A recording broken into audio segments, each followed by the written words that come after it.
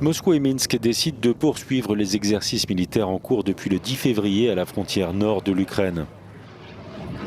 La Russie avait auparavant annoncé le retrait des quelques 30 000 soldats déployés chez son voisin bélarus, mais en raison des violences dans l'est de l'Ukraine, les deux alliés estiment nécessaire de prolonger leur manœuvre.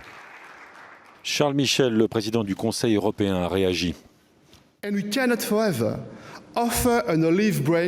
Nous ne pouvons pas éternellement offrir un rameau d'olivier alors que la Russie procède à des essais de missiles et continue d'amasser des troupes.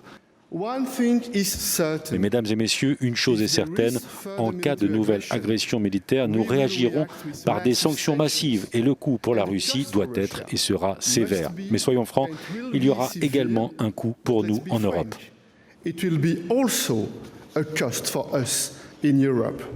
Sur le terrain, les combats ont redoublé d'intensité et les autorités des républiques séparatistes pro-russes du Donbass et de Lugansk poursuivent l'évacuation des femmes et des enfants.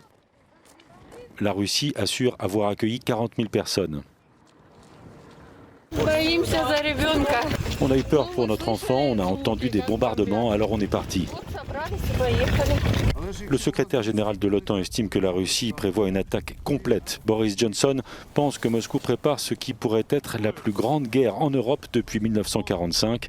Et sur le terrain, des civils ukrainiens suivent des formations accélérées au combat. Jusqu'à avant-hier, j'étais civil. Hier, j'ai signé un contrat avec la Défense pour être de réserve pour les 3 années à venir. À Kiev, les croyants prient pour la paix, loin du front où l'armée ukrainienne et les séparatistes pro-russes s'accusent mutuellement de rompre le cessez-le-feu. Depuis 2014, le conflit en Ukraine a fait plus de 14 000 morts.